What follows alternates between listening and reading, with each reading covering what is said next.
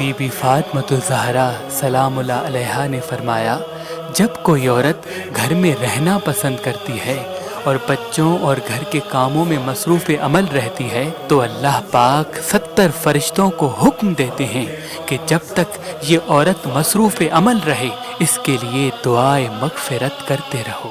ناد علی اللہ کا معجزہ ہے اور عقیق پتھر مومن کی نشانی ہے۔